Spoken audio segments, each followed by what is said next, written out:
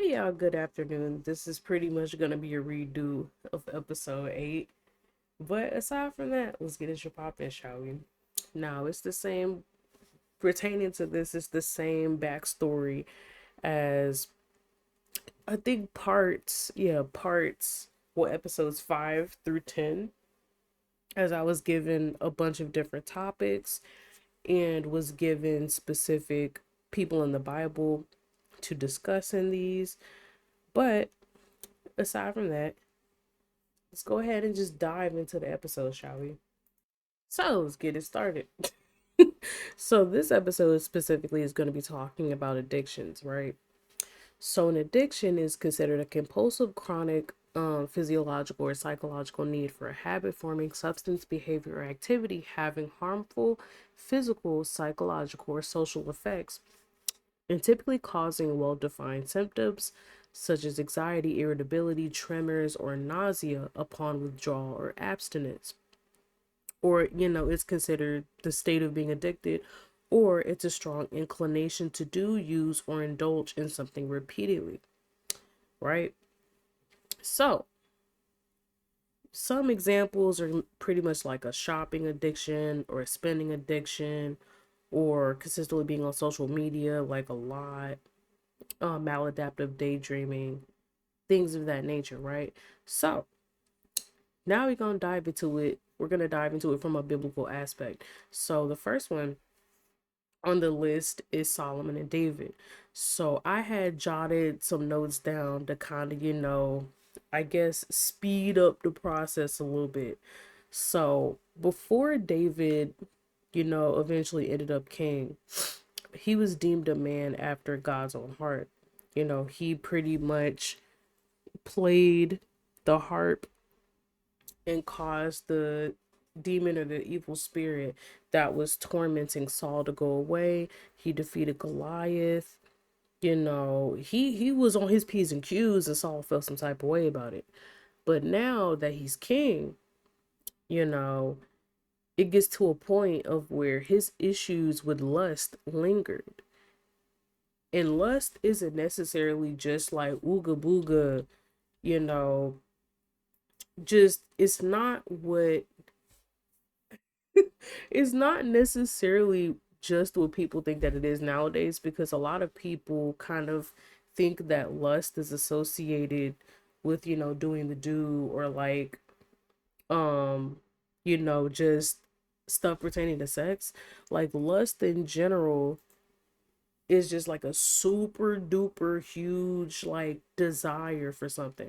Like the desire is so bad, like it's eating you alive and you gotta have it, essentially. Now, according to Merriam-Webster, the definitions, there's like two definitions of lust. One is a noun, one is a verb. So the first one pretty much is pertaining, to sex. The second one is an intense longing or craving or enthusiasm or eagerness for it. And then the third one is pretty much like obsolete, like it's considered a pleasure or delight or personal inclination. And then lust as a verb means to have an intense desire or need, or pretty much a craving for, essentially, right? So David, it was to a point of where his issues went with lust lingered so bad from, his lust of or desire constantly for like women.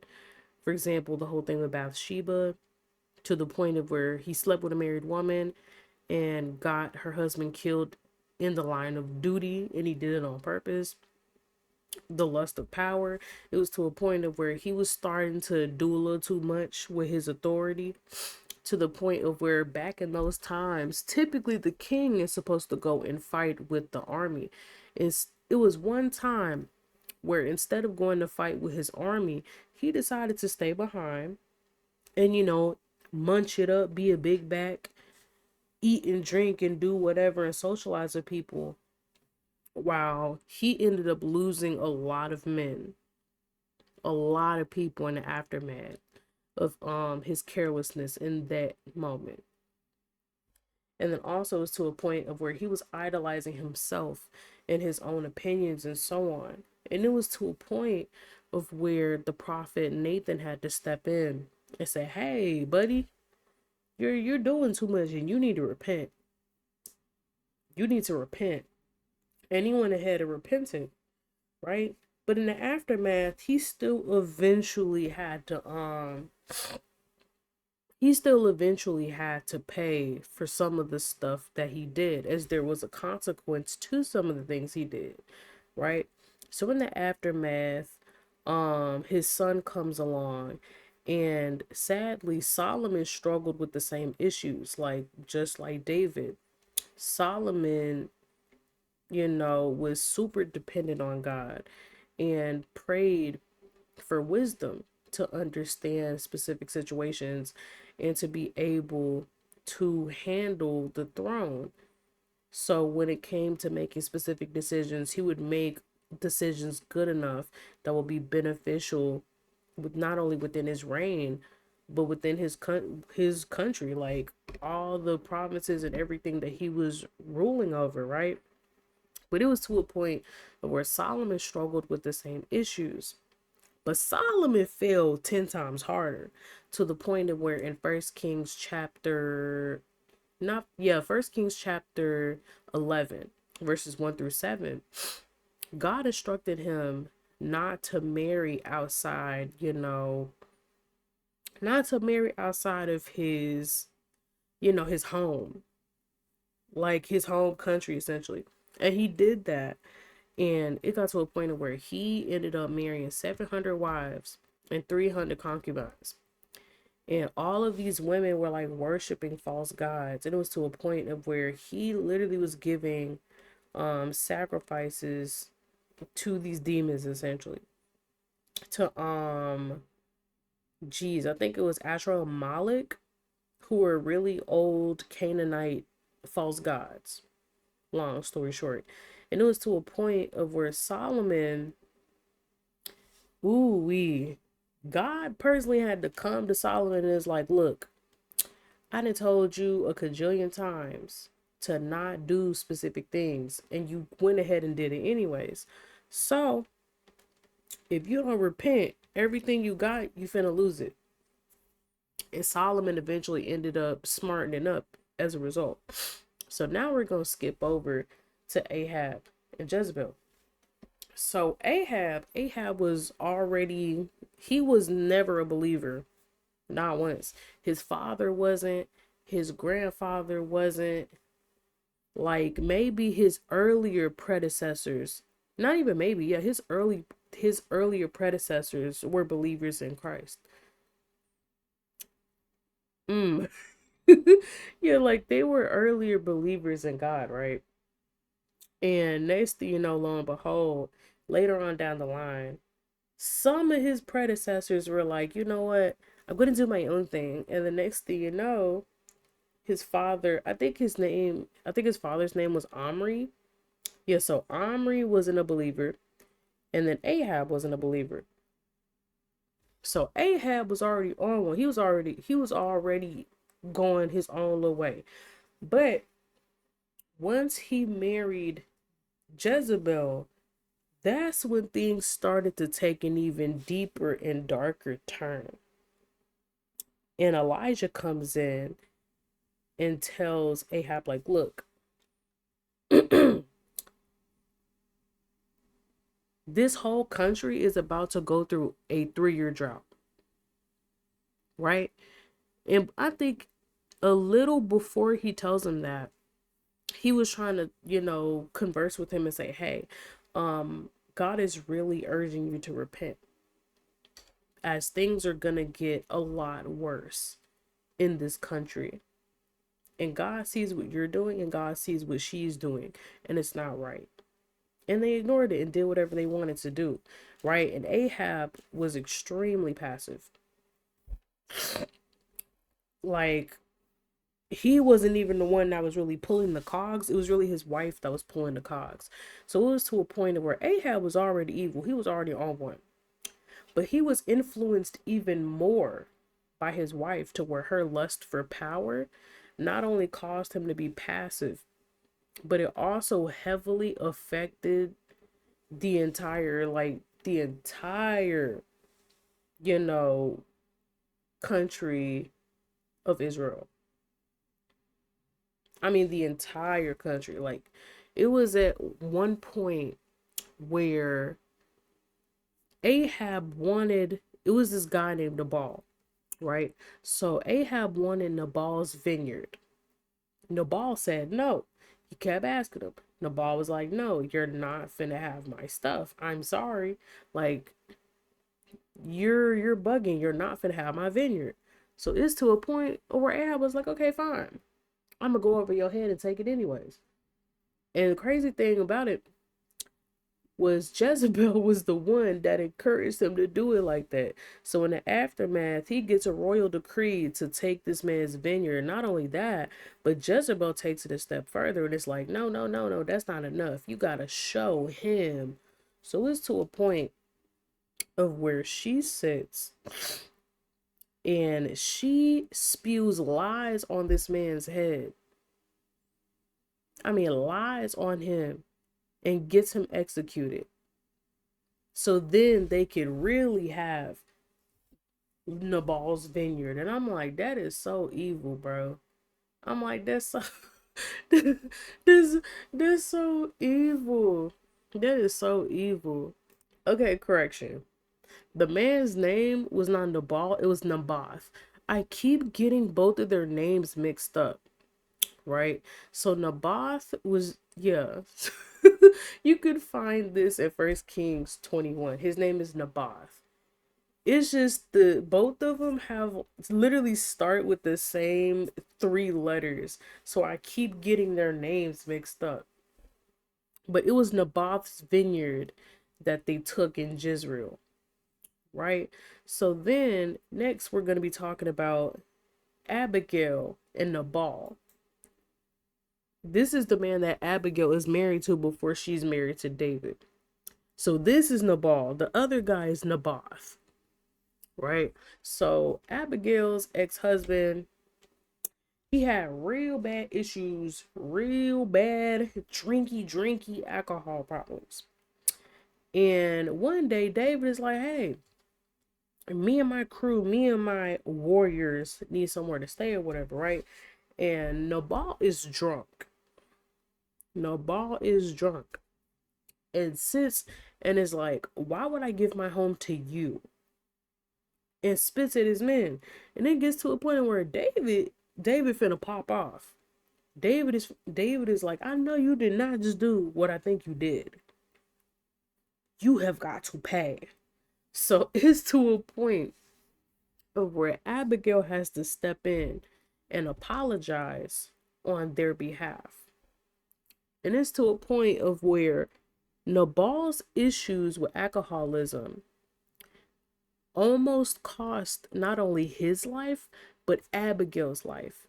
And it took Abigail stepping in on their behalf to save both of their lives.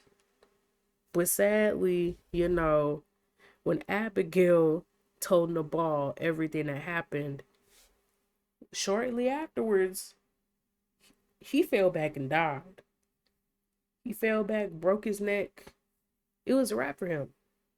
Now, the thing that I found really interesting about a lot of these situations, well, all three of these situations, is that whether it's Solomon, David, Ahab, or Abigail and Nabal even, something I noticed is that there's always I wouldn't say mediator, but there's always a person there that is consistently trying to, pull that person away from whatever thing or addiction or, desire that they have that is really steering them down the wrong path.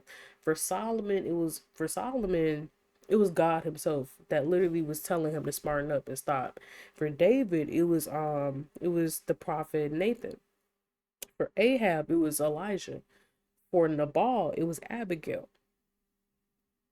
Every single one of these people had some kind of mediator or person to step in and be like, hey, I care about you enough to tell you that if you don't stop on the path that you're going down, it's gonna get even crazier, and it may end up with your death if you don't repent and chill out, right? So now I guess it's time to talk about little old me and kind of expose myself a little bit. So, geez, I guess pertaining to addictions or desires or whatever the case may be, I guess I'll talk about two major things that like I would struggle with for like a while. So, one of the first thing I'm gonna talk about is like maladaptive daydreaming. So, I think for me, that started when I was around 9 or 10. And it really stems, both things that I'm going to be talking about stems from the very thing I was talking about in my testimony on the first episode. So, because of the fact that I didn't, and this is a trigger warning, by the way, on this whole part. So, because of the fact that I didn't want to think about or even remember what happened, I consistently would kind of like, I would retreat into my own mind and I would daydream the whole time. I would daydream about, you know, I would daydream about living in this perfect world or whatever, where I had friends, I had, people that cared about me, and so on. I would just daydream about me being older and me having friends, me having someone or a significant other who loved me or whatever the case may be. And I would consistently listen to music while this is going on. And sometimes these daydreams will last for like a good little minute. And geez. And the thing that really kind of made me sad, thinking about it, I think like months ago, was the fact that like it didn't even help with coping with what was happening, because the moment I stopped like daydreaming, the things that happened were still ingrained in the back of my mind. Like, it was literally just replaying in the back of my mind. So me trying to push it in the back of my mind and me daydreaming to try to not remember it anymore, really, it hurt me more than it helped me, because it literally did nothing. So it was to a point of where the constant daydreaming continued up until like my adult years. And now, like, it was to a point of where I would daydream about the same things, like having the career of my dreams. Like, I would literally daydream about being like a pro wrestler or something, because I love wrestling. I would daydream about having like a career job and, you know, a significant other that would love me or whatever, or having like, friends or whatever the case may be, and just having more money. Like, I would pretty much daydream so I wouldn't have to be grounded in reality, because my reality at the moment was too depressing for me to even want to deal with it at the moment, right? And it got to a point where I got older, and it's like it would be like a random thought where it would kind of be like, what's the point of doing all this daydreaming when you could turn some of those daydreams into reality? And not even the weird ones, just like the normal ones. Like, you know, like having a specific career or doing specific things, like not pro wrestling, but some of the other, careers and stuff that you wanted to do, like something in art or something. Like, if you want to do something, what's the point of daydreaming about it when you can work towards it? Because something I would notice with daydreaming is daydreaming and planning have like a lot of stuff in common, in the sense of we think about it in the back of our minds, but it's one thing to plan something, but it's another thing to bring that thing into fruition, to pray about it and bring it to fruition. Because if you sit and think about it the whole time, what good is that gonna do? What good is that gonna do? It's literally just gonna be a thought that you have, and it's probably gonna blow in the wind because you never thought about putting it into fruition or trying to make it a reality.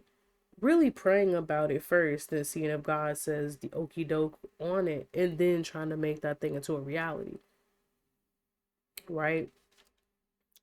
Because, geez, I can't share every single aspect of like specific daydreams, but a good chunk of these were pertaining to like a future career that I really wanted.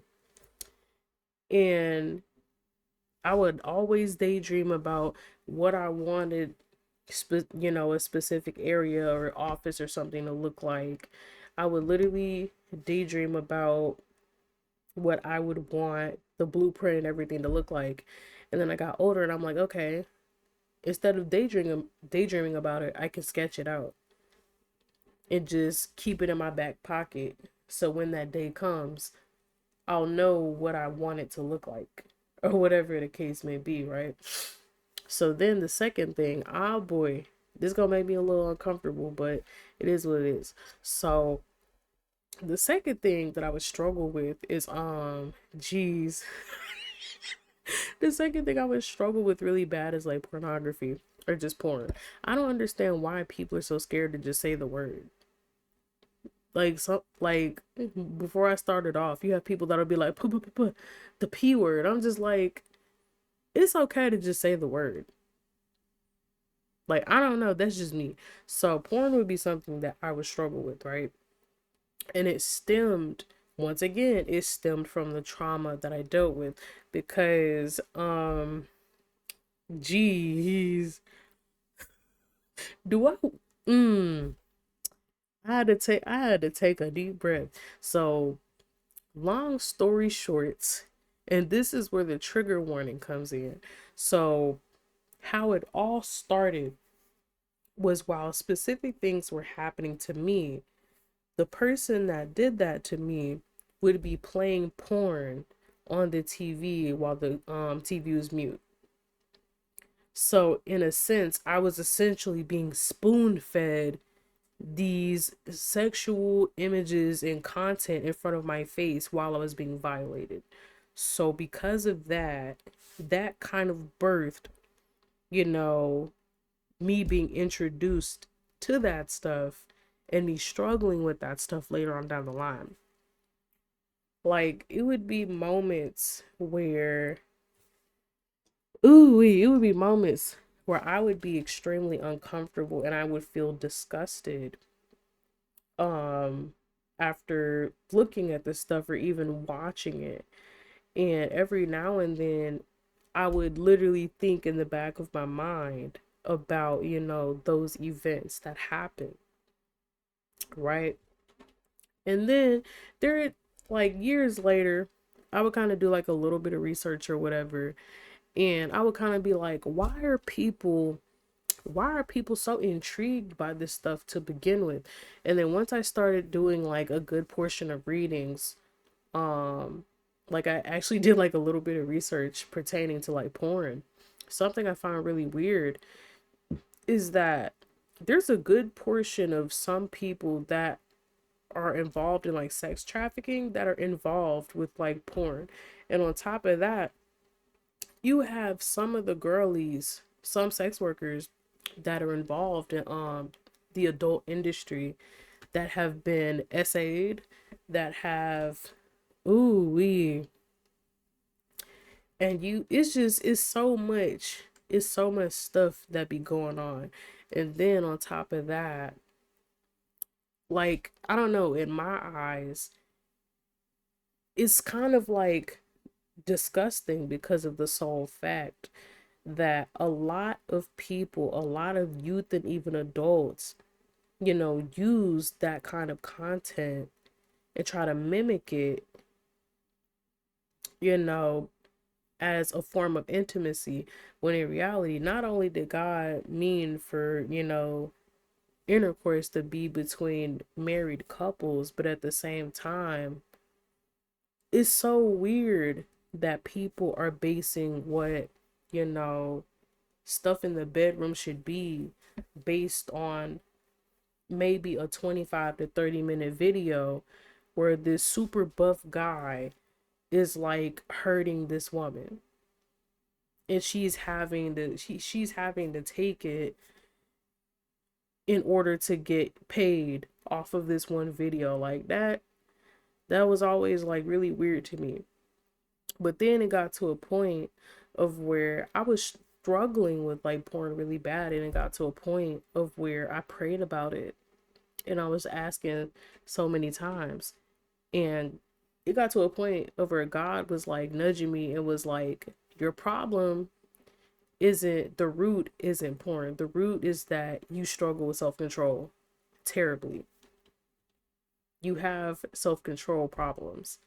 So, and it's funny because that same day, because I briefly talked about it in another video, I think it was the random talk video, where that same night, it was 2:25 in the morning, and I drove to Mickey D's. I drove to McDonald's to get two McChickens with a large fry and a large fry.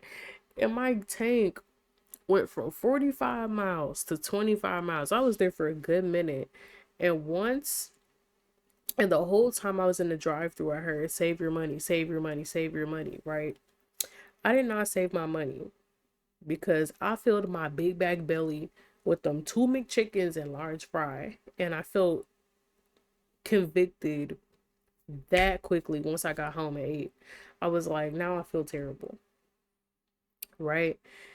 And what I started to realize is that my issue was with both, is that with maladaptive daydreaming, I was using that as a way to escape from reality.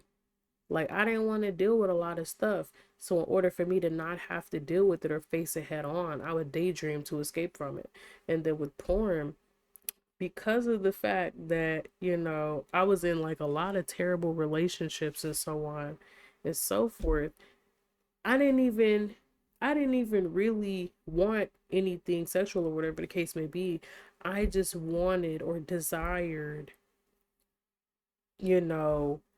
I desired to be loved and to be cared for. Because something that I noticed that a lot of people, not a lot of people, but a good portion will do, is how do I put it? In order to have some kind of intimacy or closeness with their significant other, whatever the case may be, sometimes in order for that person to not be hurt, what some people will do is they will use, intercourse as a coping way to do that. Like, in the back of their mind, they think, oh, if I do this, that, and the third, and I don't have to get close to that person, I don't have to worry about being hurt. But hey, that's what some people do. It ain't everybody. I'm just saying. So, so the core of addictions, as a whole, and I had to really pray about this section, and I jotted down either what I heard or, just in general. So the core of addictions is the desire to forget or crave something we think that fulfills us, whether it's porn, alcohol, drugs, daydreaming, etc. These things affect people physically as well as spiritually. So I had her to jot down like a few specific things or whatever the case may be. So the first one is what we just was talking about, which is porn or intercourse. So that is the desire for intimacy. And then alcohol and substance abuse or drugs is the desire to forget or drift away from reality. Maladaptive daydreaming is essentially the same thing, the desire to forget or drift away from reality. Vanity, or being like super, super, super, super obsessed with yourself, or just appearance, or just shallowness, like in general. It's literally just the desire for acceptance. And then food, I'm not a food addict, but I ain't gonna lie, some food be kind of busting a little bit. But food is that desire whenever people struggle with like food addictions and stuff. Um, I don't know, I heard that it's the desire to feel comforted and whole, right? And then hoarding is the desire to hold on and the fear of letting go. Because I remember when I was younger, and I would always um watch a whole bunch of shows. And I think it was this show called Hoarders, where it would be a whole bunch of people that would keep all this stuff in their house. And whenever their son or daughter or uncles or whoever would try to get them to throw stuff away, they'll be like, no, no, no, no, no, not my Hello Kitty notebook from 1953. No. And they would throw a whole hissy fit. And sometimes it would be so bad where the city government or people from like the city, some people from the city government or maybe even the police would have to come in and be like, hey, this is really, really bad. Like, this has gotten real ridiculous. Like, this is turning into a huge fire hazard. And a lot of the stuff needs to be put out this house. So like through hoarding, it's like you're keeping all this stuff. Like you're keeping all of this stuff and you're scared to let go of it. And I feel like in a lot of ways, hoarding isn't just, like the TV show Hoarders. Hoarders, hoarding could also be, and it's just a random thing that came to mind. It can also be applied to like relationships, because a lot of people kind of hoard a lot of different things from relationships, even feelings. And it's to a point of where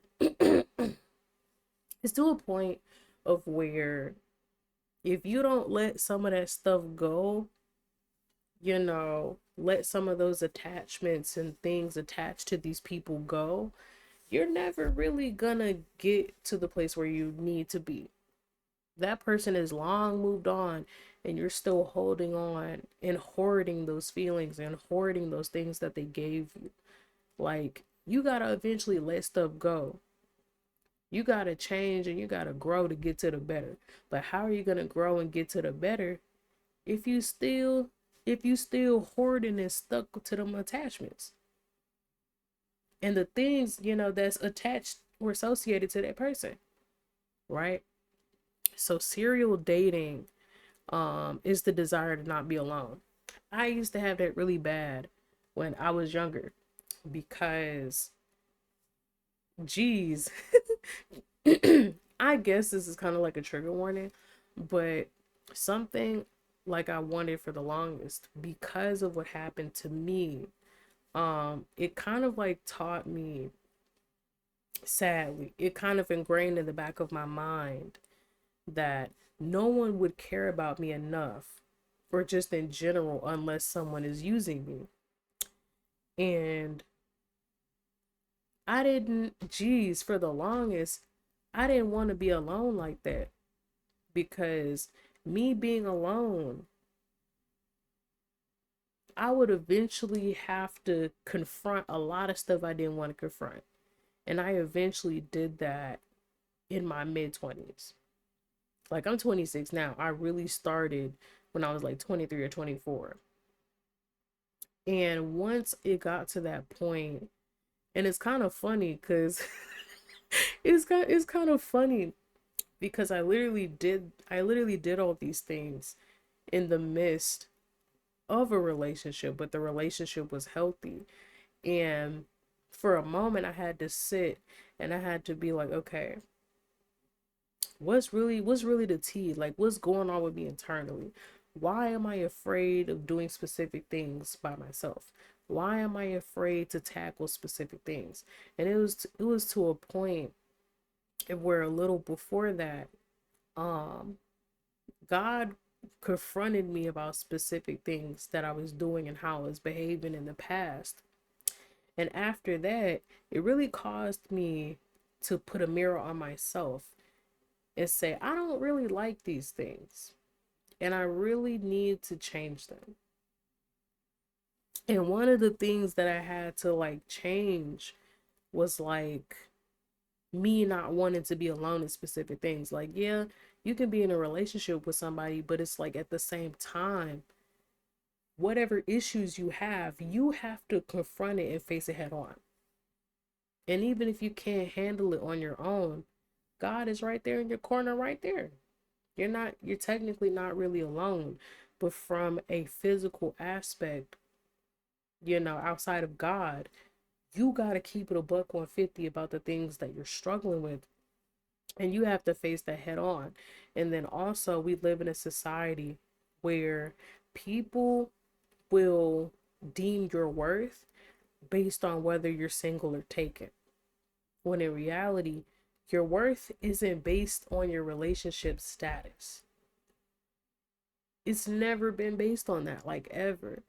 And because of that, because of that type of behavior in society, people have this thing where it's like, oh, in order for me to be worth something or whatever the case may be, or people won't try to call me a crazy cat lady or whatever, I have to be with someone. I have to do, right?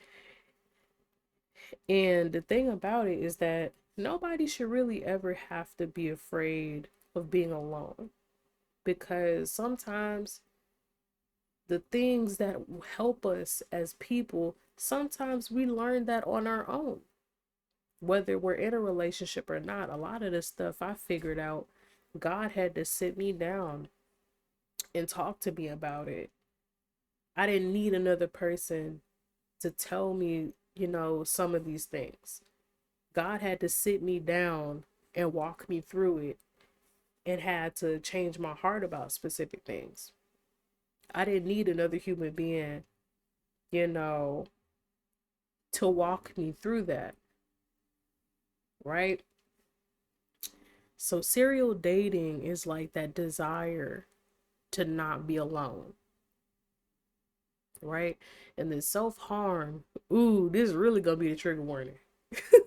So self-harm is the desire to rid themselves of pain. So when I was younger, because of the bullying that I experienced, along with, struggling really bad with like depression and anxiety and low self-esteem, I would cut myself with like kitchen scissors and stuff. And I got older and I kind of realized I didn't want to die. I just was tired of the stuff that I was dealing with. I was tired of having, I was tired of having to go to school and having to deal with the stuff that I was dealing with. I was tired of feeling like there's like this big, fat, thick, heavy cloud over my head. I was just sick of it. I didn't want to die. I just wanted life to be better. Right. And then shopping is, the shopping spending addiction or whatever, is the fear of being left out. Right. Because there's moments where we keep money. Sometimes we keep money. And it's like the moment we see the hottest new thing or whatever, and some people are like, I gotta get it, I gotta get it, I gotta get it, I gotta get it. This is a new trendy thing, I gotta get it. And I'm just like, what if you don't have to get it? What if you can just save your money and so on? And it's like when it comes to shopping addictions or spending addictions and stuff like that, I feel like hoarding and spending addictions kind of go hand in hand, because on one end, you're hoarding as much money as possible. And that stems from, especially if you were born in poverty, born into poverty, and having to watch your parents struggle to make ends meet or whatever the case may be. It's that fear of, okay, I can spend a little here, but I'm scared to run out, because if I run out, I'm not going to have anything. And if I don't have anything, I'm going to be homeless. But on the other hand, you have that shopping addiction where it's like, I need it, I need it, I need it, I need it, I need it, because this is the new popular hip thing. It's like on one end, you don't want to be poor, but on the other end, you don't want to miss out on a good sale and you don't want to be left out, right? So to combat these addictions, that root of that addiction needs to be established and discovered. So once that's settled, pray and reach towards God along with seeking help with professionals or those who care for or treat people struggling with addictions, right? Because I don't know what it is, but sometimes I feel like and it's not really, yeah, something I do notice is when it comes to specific addictions, some people think that for whatever reason, it's a crime or something to go to professionals for help. And it's not. There's nothing wrong with, with receiving or seeking out help if you're struggling with a specific addiction or whatever the case may be. And then also, this is just my thoughts. I wasn't told to jot this down. Um, this is just something I thought about. So no specific addiction trumps the other, as all can be treated, helped, and solved. It don't matter what the addiction is. No, in my eyes, no addiction trumps the other, because it's still an addiction at the end of the day. So we all desire to be in environments when we're loved, healthy, and valued, and sometimes we're weaseled, pressured, or slowly pulled into said addictions. The thing to remember is that struggling with something doesn't make you less than human, it makes you human. Because at the end of the day, we all came short of the glory of God and are imperfect. But God still looks at us and says that we're valuable and that we're good enough. Right? And one more thing I really want to say pertaining to this is that just because you struggle with something, or just because someone is struggling with something or used to struggle with something, it doesn't, like I said, it doesn't make them less than. Because something I noticed, not just in the Black community, but like really in other communities, really everybody in every community kind of does it. Not everybody, but some people definitely. Something I noticed is that whenever somebody, is open about a specific addiction or a specific thing, like a lot of people consistently put people in that box. And then when they grow and when they mature and when they become the best people that they can be, people have it really bad for still keeping people in that box. I notice it so much with people that admit to struggling with like porn or struggling with substance abuse or alcoholism. Like I understand that if that person if that person caused like harm to a lot of people and so on, I can understand that. But at the same time,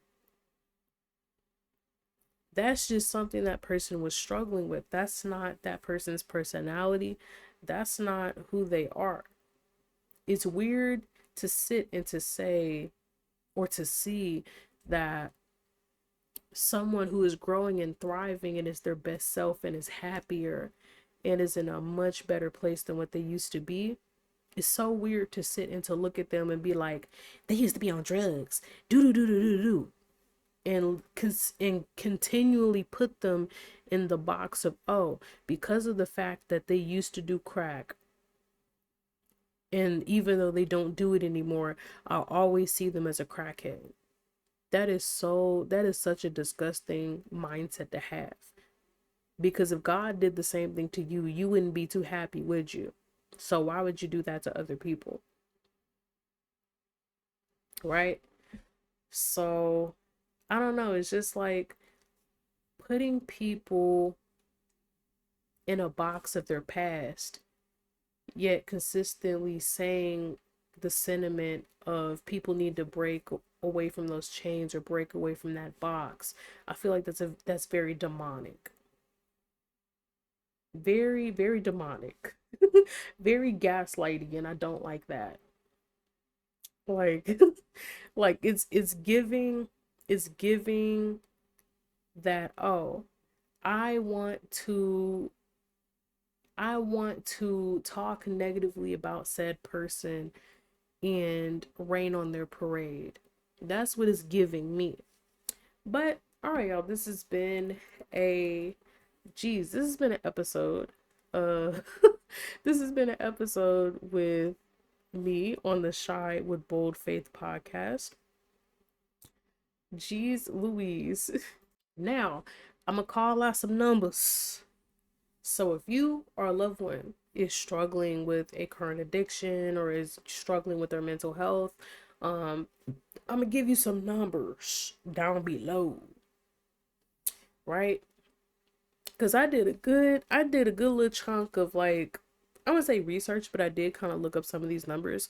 So you have the National Alliance on Mental Health Illness Helpline, or the NAMI helpline.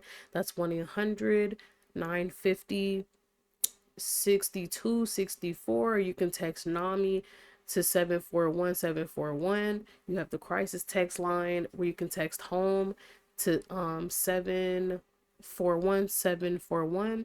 You have the National Drug Helpline, which is 1-844-289-0879. And then you have the National Institute of Mental Health Information Resource Center, which is 1-866-615-6464.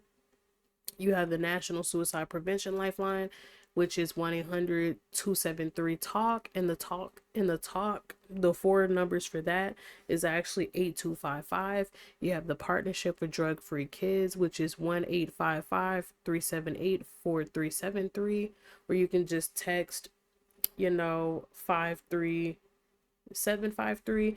And then last but not least, you have, geez, you have the SAMHSA, which is, okay, last but not least, you have the SAMHSA, or the Substance Abuse and Mental Health Services Administration, and that number is 1-800-662-4357.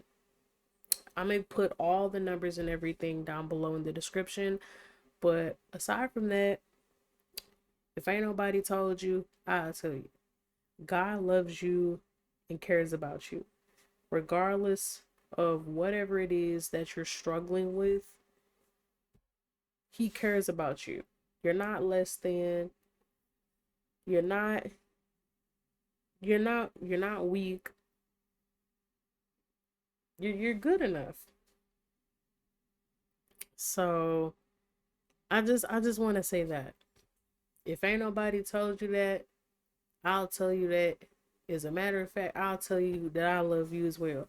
And I know some people are like, how you love somebody and you don't know them? Easy. Easy peasy, lemon squeezy. If people have the ability to love their baby daddy and baby mama and that person that slashed their tires, why is it a crime for me to be able to care for a person, to care for a complete stranger? It's not weird. But aside from that, I guess if you do want to message me and just vent or anything, you can. I'm gonna try to be here to the best of my ability. But aside from that, I'll talk to you guys in the next episode. All right, bye guys.